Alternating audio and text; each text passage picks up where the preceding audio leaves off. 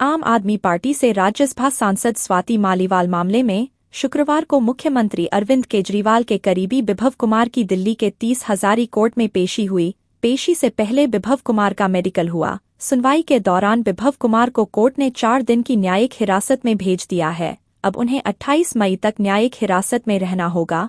बीती 18 मई को पुलिस ने उन्हें गिरफ्तार किया था। बीती 19 मई को स्वाति मालीवाल मारपीट मामले में 30 हजारी अदालत ने दिल्ली के मुख्यमंत्री अरविंद केजरीवाल के निजी सचिव बिभव कुमार को 5 दिन की पुलिस हिरासत में भेज दिया।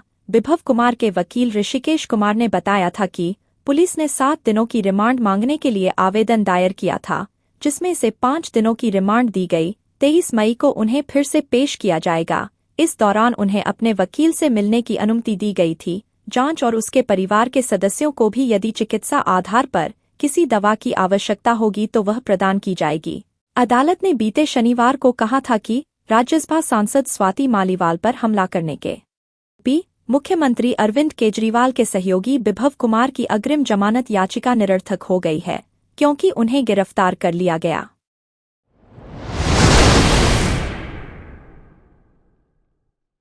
देश के एक बड़े हिस्से में इन दिनों भीषण गर्मी पड़ रही है, जबकि केरल में भारी बारिश हो रही है। इस बीच बंगाल की खाड़ी में सीजन का पहला चक्रवाती तूफान भी उठा है। इसे रेमल नाम दिया गया है। इसका सबसे ज्यादा असर पश्चिम बंगाल पर पड़ेगा। मौसम विभाग ने बंगाल के कई जिलों में भारी बारिश का अलर्ट जारी किया है। भारतीय मौसम विभाग अनुसार बंगाल की खाड़ी में उठ रहा यह चक्रवाती तूफान 26 मई रविवार को एक गंभीर चक्रवात के रूप में पश्चिम बंगाल और पड़ोसी देश बांग्लादेश के तटों से टकरा सकता है। शनिवार को ही बंगाल में लोकसभा चुनाव के छठे चरण में 8 सीटों पर मतदान होना है। आशंका है कि चक्रवाती तूफान रेमल के कारण मतदान में बाधा आ सकती है। मौसम विभाग का कहना है कि चक्रवात के कारण 25 मई को पश्चिम बंगाल के कुछ जिलों में 80 से 100 किलोमीटर प्रति घंटे की रफ्तार से और बांग्लादेश में 100 किलोमीटर प्रति घंटे की रफ्तार से हवा चलने की आशंका है। मौसम विभाग ने मई के 26 से 27 को पश्चिम बंगाल, उत्तरी ओडिशा, मिजोरम, त्रिपुरा और दक्षिण मणिपुर के तटीय जिलों में बहुत भारी वर्षा की चेतावनी जारी की है। तूफान के 25 मई शनिवार को गहरे दबाव में और 26 मई को गंभीर चक्रवाती तूफान में बदलने की आशंका है।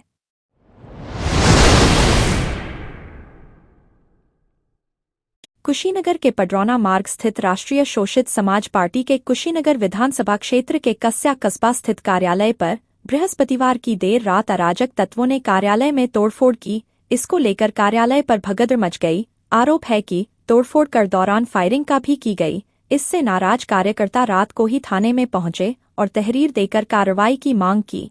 इस दौरान पुलिस ने नोक-झोंक भी हुई। कार्यालय प्रभारी गुलाब मौर्य ने कस्या थाने में तहरीर देकर न्याय के लिए लगाई गुहार। स्वामी प्रसाद मौर्य राष्ट्रीय शोषित समाज पार्टी से कुशीनगर लोकसभा के उम्मीदवार हैं। कार्यालय प्रभारी के अनुसार रात को एक कार और बाइक से करीब 10 लोग पहुंचे और फायरिंग करते हुए कार्यालय में तोड़फोड़ भी करने लगे। वहां खड़ी गाड़ियां भी क्षतिग्रस्त कर दिए।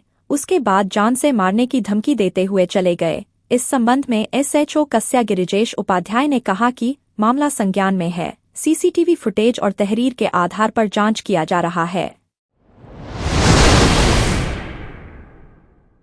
दिल्ली के अलीपुर में उस वक्त अफरा-तफरी का माहौल बन गया जब यहां अचानक कार्निवल बैंक्वेट हॉल में आग लग गई। देखते हुए देखते रिसोर्ट से आग की ऊंची-ऊंची लपटें उठने लगी और आसमान में काला धुआं छा गया। रिसोर्ट से आग की लपटें सड़क तक आ रही हैं। आग की सूचना तुरंत दमकल विभाग को दी। सूचना पर पहुंची दमकल विभाग की टीम ने आग पर काबू पाने का काम शुरू कर दिया। खबर लिखे जाने तक यह साफ नहीं हुआ है कि आग कैसे लगी है। हालांकि शॉर्ट सर्किट की वजह से आग लगने की आशंका जताई जा रही है। कुल 13 दमकल गाड़ियां घटनास्थल पर पहुंची। अभी तक किसी के हताहत होने या घायल होने की सूचना नहीं है।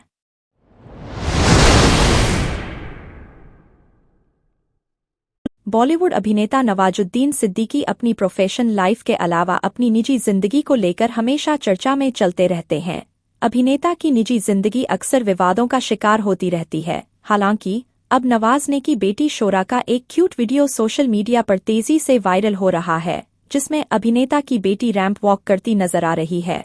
हमेशा अपनी निजी जिंदगी को निजी रखने के लिए मशहूर अभिनेता नवाजुद्दीन सिद्दीकी ने हाल ही में अपनी बेटी शोरा के साथ इंस्टाग्राम पर एक वीडियो शेयर किया है, जिसमें वह अपने निजी जीवन की झलक दिखा रही हैं, जिसे अक्सर लाइमलाइट से दूर रखा जाता है। उन्होंने एक वीडियो पोस्ट किया जिसमें उनकी बेटी शोरा एक अनुभवी मॉडल की तरह रनवे पर डांस करती नजर आ रही हैं।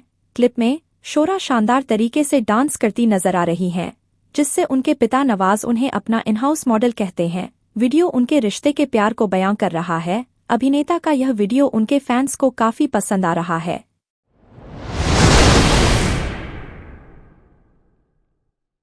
किर्गिस्तान की राजधानी बिश्केक में छात्रों के बीच में हुए संघर्ष में भारतीय बच्चे फंस गए हैं। ये भारतीय बच्चे वहां चिकित्सा शिक्षा प्राप्त करने गए हुए हैं, लेकिन संघर्ष के बाद अब वे अपने देश भारत लौटना चाहते हैं। वहां के हालात अच्छे नहीं होने के चलते वे सभी एक स्थान पर हैं। वहां की सरकार से उन्हें कोई भी मदद नहीं मिल पा रही है। ऐसे में ये सभी छात्र अपनी सुरक्षा को लेकर भारत सरकार और राज्य सरकारों से लगातार मदद की गुहार लगा रहे हैं।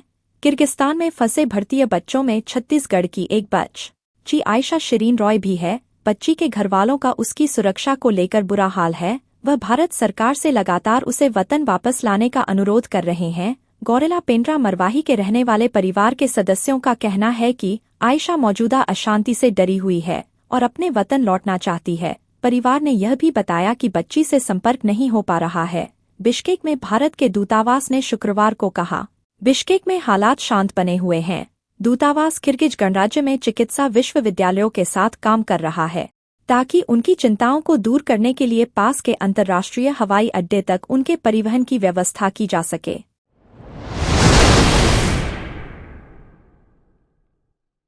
सुल्तानपुर के सामने रामगंगा पोषक नहर पर बने पैंटून पुल का एक पीपा डूब गया है। पुल के ऊपर से नहर का पानी गुजर रहा है। पुल टूट जाने के कारण टापू में बसे 4 गांवों के ग्रामीणों का रास्ता बंद हो गया। वह चकनवाला के सामने पक्के पुल से गुजर रहे हैं।